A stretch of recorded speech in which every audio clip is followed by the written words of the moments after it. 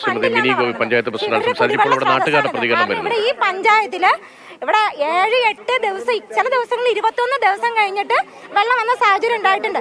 പക്ഷെ ഇവർക്ക് ആ സമയത്ത് പോലും നമുക്ക് കുടിവെള്ളം ഇല്ല. ഈ കുടിവെള്ളം ഇല്ലാത്ത സാഹചര്യത്തിലാണ് ഇവരുടെ കുടിവെള്ള സ്രോതസ് മുട്ടിയിരിക്കുന്നത്. അപ്പൊ അന്നേരം അവർക്ക് കുടിവെള്ളം ഇല്ലാത്ത സാഹചര്യത്തിൽ ഇവർ ചെയ്തു കൊടുക്കേണ്ട ഒരു ഉത്തരവാദിത്തം കടമയാണ്. പക്ഷെ അത് അവർ ചെയ്തു കൊടുക്കാൻ തയ്യാറാവുന്നില്ല. പക്ഷെ ഇതിന് എന്തെങ്കിലും ഒരു നടപടി ഉണ്ടായാൽ മാത്രമേ അതിന് ജനങ്ങൾ അല്ലെങ്കിൽ ഒറ്റക്കെട്ടായിട്ട് നിൽക്കും. നഷ്ടപരിഹാരം തരാൻ പറ്റില്ലെന്ന് പറഞ്ഞു. എൻ്റെ ഒരു ഷിജി ചന്ദ്രൻ, ഞാൻ 2ാം വാർഡ് മെമ്പറാണ്. എൻ്റെ ഈ പറഞ്ഞ കല്ലുമല പ്രദേശം ഏകദേശം 4 കിലോമീറ്റർ കഴിഞ്ഞതിന് ശേഷമുള്ള ഒരു വാർഡാണ്. ആ വാർഡ് ശരിക്കും പറഞ്ഞ ഒരു വനപ്രദേശം കൂടിയല്ല. എന്നിട്ട് പോലും ജനവാസ മേഖലയാണ്. അവിടെയുള്ള ആളുകൾ മൊത്തം കർഷകരാണ്. അവർ ഈ കൃഷി ചെയ്താണ് ജീവിക്കുന്നത്. പക്ഷെ അവർക്ക് ഇപ്പോൾ ഒരു നിവൃത്തിയില്ല. ജീവിതം മുന്നോട്ടേക്ക് എങ്ങനെ കൊണ്ടുപോകണമെന്ന് അറിയാൻ പാടാത്ത സാഹചര്യത്തിലാണ്. കാരണം അവര് നഷ്ടപരിഹാരം അവര് കറക്റ്റായിട്ട് പറയുന്നില്ല. എത്ര രൂപ എന്ന് അവർ പറയുന്നില്ല. അവര് പറയുന്നത് നമുക്ക് നോക്കാം, അങ്ങനെ ഇങ്ങനെയൊക്കെയാണ് പറയുന്നത്. സത്യവാങ്മൂലം എന്ന് പറഞ്ഞാൽ 10 വർഷമായിട്ട് ഇവിടെ ആന കയറുന്നില്ല എന്നാണ്. ഇന്ന് കോടതിയിൽ എൻ്റെ ഹിയറിംഗ് നടക്കുന്ന ഒരു ദിവസമാണ്. ഹൈക്കോടതിയിൽ ഉച്ചകഴിഞ്ഞ് നടക്കുന്നത് പൗരസമിതി കൊടുത്തിരിക്കുന്ന ഒരു പെറ്റീഷനിൽ ഫോറസ്റ്റുകാർ കൊടുത്തിരിക്കുന്നതാണ് സത്യവാങ്മൂലം. 10 വർഷമായിട്ട് ഇവിടെ ആന കയറുന്നില്ല എന്നൊരു റിപ്പോർട്ടാണ് ഇവിടെ കൊടുത്തിരിക്കുന്നത്. ഈ 9,000-ലധികം ഫോറസ്റ്റുകാർക്ക് ഇവിടെ നമ്മുടെ നികുതി പണത്തിൽ നിന്ന് ശമ്പളം കൊടുത്ത് ഇവിടെ തീറ്റി പോറ്റുന്ന ഈ ആനയെ കാട്ടിലിട്ട് അവർ വളക്കട്ടുന്നേ. ജനവാസ മേഖലയിലേക്ക് ഇറങ്ങരുത്. ഇറങ്ങിയാൽ ആളുകൾക്ക് ആവശ്യമായ നഷ്ടപരിഹാരം നൽകാൻ ഫോറസ്റ്റുകാർ തയ്യാറാകണം. ഫണ്ടില്ലെന്നാണ് പറയുന്നത്. ഇത് അംഗീകരിക്കാൻ പറ്റുകയില്ല. ഇന്നൊരു തീരുമാനം ഉണ്ടായ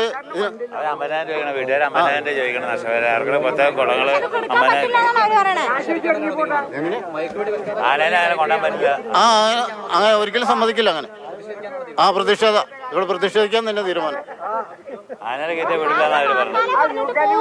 അതൊരു തീരുമാനം ഇന്ന് അവർ ഉണ്ടാവുന്നില്ല. ഒരു തീരുമാനം ഇവിടെ ഉണ്ടാവണില്ല.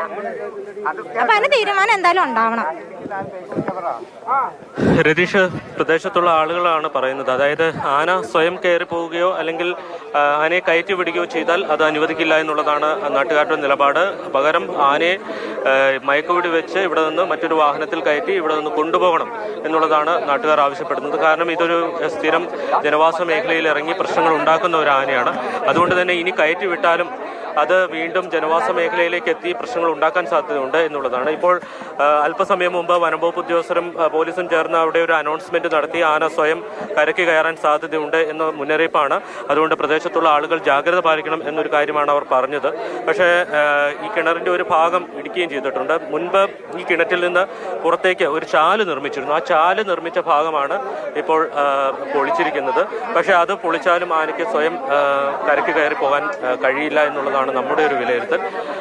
ഒരു രക്ഷാപ്രവർത്തനം തന്നെ വേണ്ടിവരും. ആ കാര്യത്തിൽ ഇതുവരെ തീരുമാനമുണ്ടായിട്ടില്ല. മയക്കുവെടി വെക്കണോ അതോ അല്ലാതെ അതിന് വഴിയൊരുക്കി വിടണമോ എന്നുള്ള 2 കാര്യങ്ങളാണ് പ്രധാനമായും ചർച്ച ചെയ്യുന്നത്. പക്ഷേ ഇതിനകത്തൊരു പ്രതിസന്ധി എന്ന് പറയുന്നത് ഈ കോട്ടപ്പടി വനമേഖലയിലേക്ക് ഇവിടെ നിന്ന് 3.5 കിലോമീറ്റർ ദൂരമുണ്ട്. അപ്പോൾ അതിനിടയിലുള്ള ജനവാസ മേഖലയുണ്ട്. ആ ജനവാസ മേഖല മറികടന്ന് വേണം ആനയ്ക്ക് കാട്ടിലേക്ക് പോകാൻ. അപ്പോൾ പോകുന്ന വഴിക്ക് ആന ഏതെങ്കിലും രീതിയിൽ പ്രകോപനം ഉണ്ടാക്കാനുള്ള സാധ്യതയുണ്ട്. അത് തള്ളിക്കളയാൻ കഴിയില്ല. മറ്റൊന്ന്, ഈ പ്രദേശത്തുള്ള ആളുകൾ ഇതിനെ അംഗീകരിക്കുന്നില്ല എന്നുള്ളതാണ്. ഈ ആനയെ സ്വയം കാട്ടിലേക്ക് കയറി പോകാൻ അവസരം ഒരുക്കുന്നതിന് ഈ നാട്ടുകാർ അംഗീകരിക്കുന്നില്ല. കാരണം അവർ പറയുന്നത് ഈ ജനവാസ മേഖലയിൽ ഇറങ്ങി സ്ഥിരം പ്രശ്നമുണ്ടാക്കുന്ന ഒരു ആനയാണ്. അതുകൊണ്ട് ഈ ആനയെ ഇവിടെ നിന്ന് പിടികൂടി കാട്ടിലെ മറ്റൊരു വനമേഖലയിലേക്ക് കൊണ്ടുപോയി വിടണം എന്നുള്ളതാണ് അവർ ആവശ്യപ്പെടുന്നത്. ഈ കാര്യത്തിൽ ഇതുവരെ ഒരു തീരുമാനം ഉണ്ടായിട്ടില്ല. കാര്യങ്ങളുടെ ഗൗരവം അല്പം കൂടി വർദ്ധിക്കുകയാണ്. ആനയെ മയക്കുവെടി വെച്ച് പിടികൂടി അവിടെ നിന്ന് മാറ്റണം എന്ന ആവശ്യമാണ് ഇപ്പോൾ നാട്ടുകാർ കൂടുതൽ ശക്തിപ്പെടുത്തുന്നത്. ഉദ്യോഗസ്ഥരോട് നഷ്ടപരിഹാര കാര്യത്തിൽ തീരുമാനമെടുക്കാൻ വനമന്ത്രി നിർദ്ദേശം നൽകിയിരുന്നു. പക്ഷേ ആ ചർച്ചകളും വേണ്ട തരത്തിൽ അവിടെ വിജയിച്ചിട്ടില്ല. അതിനിടയിലാണ് ആന ഒരുപക്ഷെ സ്വയം കരയ്ക്ക് കയറിയേക്കാം, ജാഗ്രത പാലിക്കണമെന്ന നിർദ്ദേശം വനംവകുപ്പ് അനൗൺസ്മെന്റിലൂടെ നൽകുന്നതും. ജെയിൻ തുടരുന്നുണ്ട്. ജെയിൻ, ആളുകൾ അവരുടെ വൈകാര്യമായ അഭിപ്രായങ്ങൾ നേരത്തെ തന്നെ പ്രകടിപ്പിക്കുന്നുണ്ട്. മാത്രമല്ല ഇപ്പോൾ കാര്യങ്ങൾ കുറെ കൂടി ഗൗരവം ഏറി വരികയാണല്ലോ. ആനയെ മയക്കുവെടി വെച്ച് പിടിക്കണമെന്ന ആവശ്യത്തിൽ നാട്ടുകാർ ഉറച്ചു നിൽക്കുകയാണെങ്കിൽ ഈ നഷ്ടപരിഹാരം എന്നതിൽ തീരുമാനമായാൽ പോലും കാര്യങ്ങൾ വേഗത്തിൽ മുന്നോട്ട് കൊണ്ടുപോകാൻ കഴിയാത്ത സ്ഥിതിയാകില്ലേ?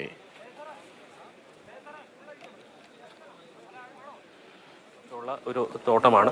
അപ്പോൾ റബ്ബർ കൃഷിയൊക്കെ നിർമ്മിച്ചുകൊണ്ട് വേണം അവിടെ ഇത്തരത്തിൽ ഈ വഴിയൊക്കെ നിർമ്മിക്കാൻ. ഇപ്പോൾ സമീപത്തെ ആളുകൾ പൂർണ്ണമായും തമ്പടിച്ചിട്ടുണ്ട്. അവർ ഒരു പ്രതിഷേധത്തിനുള്ള തയ്യാറെടുപ്പൊക്കെ നടത്തുന്നുണ്ട്. അത്യാവശ്യം ഭക്ഷണമൊക്കെ തയ്യാറാക്കി ഇവിടെ ഏതെങ്കിലും രീതിയിലൊരു പ്രതിഷേധമുണ്ടെങ്കിൽ അതിന് നേതൃത്വം നൽകാനായിട്ട് ആളുകൾ ഇവിടെ തമ്പടിച്ച് നിൽക്കുകയാണ്. പോലീസ് ഉദ്യോഗസ്ഥർ കിണറിൻ്റെ സമീപത്ത് നിന്ന് നിന്നിരുന്ന ആളുകളെല്ലാം ഈ പ്രദേശത്തു നിന്ന് മാറ്റി.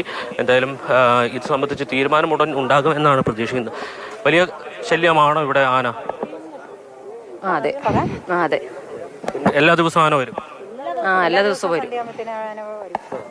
ഇന്നലെ എപ്പോഴാണ് വന്നു? ഇന്നലെ ഇവിടെ വെളുപ്പിന് 1 മണി ഒക്കെ ആയപ്പോഴത്തേനും ഇവിടെ ആന ഒന്നാ പറഞ്ഞു. അപ്പോൾ 2 മണി ആയപ്പോഴത്തേനും ആന കിണ്ടി ചാടി എന്നുള്ളതാണ് ഇവിടെ സമീപവാസികൾ പറയുന്നത്. നിങ്ങളൊക്കെ ആനയെ ഭയന്നാണോ ഇവിടെ കഴിയുന്നത്? തീർച്ചയായിട്ടും ഞങ്ങൾ വളരെയധികം ആനയെ ഭയന്ന് തന്നെയാണ് ജീവിക്കുന്നത്. ഒരു സന്ധ്യയ്ക്ക് 7-7:30 ആകുമ്പോഴത്തേനും തീർച്ചയായിട്ടും എല്ലാ ദിവസവും ആന വരും. ദിവസം ഉണ്ട് ഇവിടെ ഞങ്ങളുടെ വീടിൻ്റെ അടുത്ത്. ആന വരുമ്പോൾ എന്താ ചെയ്യുന്നത്? നിങ്ങൾ എങ്ങനെയാ അവിടെ കഴിയുന്നത്? അവിടെ പടക്കം പൊട്ടിച്ചൊക്കെ ഓടിക്കും, അങ്ങനെയൊക്കെയാണ് ചെയ്യണത്. അല്ലാതെ വേറെ നിവൃത്തിയില്ലല്ലോ. ആനയെ കയറ്റി വിട്ടാൽ മതിയോ അതോ മയക്ക് മേടിച്ച് കൊണ്ടുപോകണം? കയറ്റി വിട്ടാൽ സമീപവാസികൾക്ക് ജീവിക്കണ്ടേ? ഞങ്ങൾ കൂലിപ്പണി എടുത്ത് ജീവിക്കുന്നവരാണ്. ഞാൻ 100-400 വാഴ കൃഷി ചെയ്ത് 400 കൊലച്ച വെട്ടാറായ ഏത്തവാഴയാണ് എൻ്റെ നശിപ്പിച്ചത്. അപ്പോൾ അതുകൊണ്ട് ഞങ്ങൾക്ക് ജീവിക്കാൻ യാതൊരു നിവൃത്തിയില്ല. ഞാൻ എന്തായാലും ചെയ്ത് ഇവിടെ കൽപ്പവൃക്ഷ തെങ്ങ് അടയ്ക്കാമരം സർവ്വസാധനം നശിപ്പിക്കണ ഒന്ന് 2 ഇഞ്ചൊക്കെ 5 ചവിട്ടിക്കൊട്ടി കളയുന്നു. ഞങ്ങളെപ്പോഴും അങ്ങനെ ജീവിക്കും. നിങ്ങളെ ആനയെ അഴിച്ചു വിട്ട് കഴിഞ്ഞാൽ സർക്കാർ എന്തുകൊണ്ട് ഞാൻ അങ്ങനെ വളർത്തിക്കൊണ്ടിരിക്കുന്നു? അവർക്ക് അതിൻ്റെ സർക്കാർ ഖജനാവിൽ കാശില്ല എന്ന് പറയുന്നു. എന്തെങ്കിലും ചെയ്തിട്ട് അവർക്ക് ഖജനാവിൽ കാശുണ്ടാക്കണം. ഞങ്ങൾ നശിപ്പിക്കണോ? എത്ര ജീവിതങ്ങൾ നശിപ്പിക്കുന്ന ശല്യം തുടങ്ങിയിട്ട് ഒരു 9 വർഷം കഴിഞ്ഞിട്ടുണ്ട്. ഈ വനത്തിലേക്ക് ആനായിട്ട് 9 വർഷം കഴിഞ്ഞിട്ടുണ്ട്. ഇത് കടുത്ത ഇത് ഒരു 5 വർഷമായിട്ടുണ്ട്. ഇങ്ങനെ വന്നു പോകുന്നു. അന്നേരം അത്രയും കുഴപ്പമില്ലായിരുന്നു. പക്ഷേ ഇപ്പോൾ അടയ്ക്കാമരം വരെ നശിപ്പിക്കുക. അടയ്ക്കാമരം തെങ്ങ് ഒരു വാഴ കൊളിച്ച് മുറ്റി തന്നാൽ അതൊന്ന് പറിച്ചുകൊണ്ട് പോകും. ഞങ്ങൾ എന്ത് ചെയ്യും? ഞങ്ങൾക്ക് ജീവിക്കണ്ടേ? ഇവിടെ ആന ഇറങ്ങുമ്പോൾ നിങ്ങൾ ഫോറസ്റ്റുകാരെ വിളിച്ച് അവർ വരാറുണ്ടോ? ഫോറസ്റ്റുകാരെ വിളിച്ചു പോകുന്നത് അവരും മനുഷ്യരല്ലേ? അല്ല, അവരും മനുഷ്യരല്ലേ? ഇത് സർക്കാരാണ് തീരുമാനിക്കേണ്ടത്.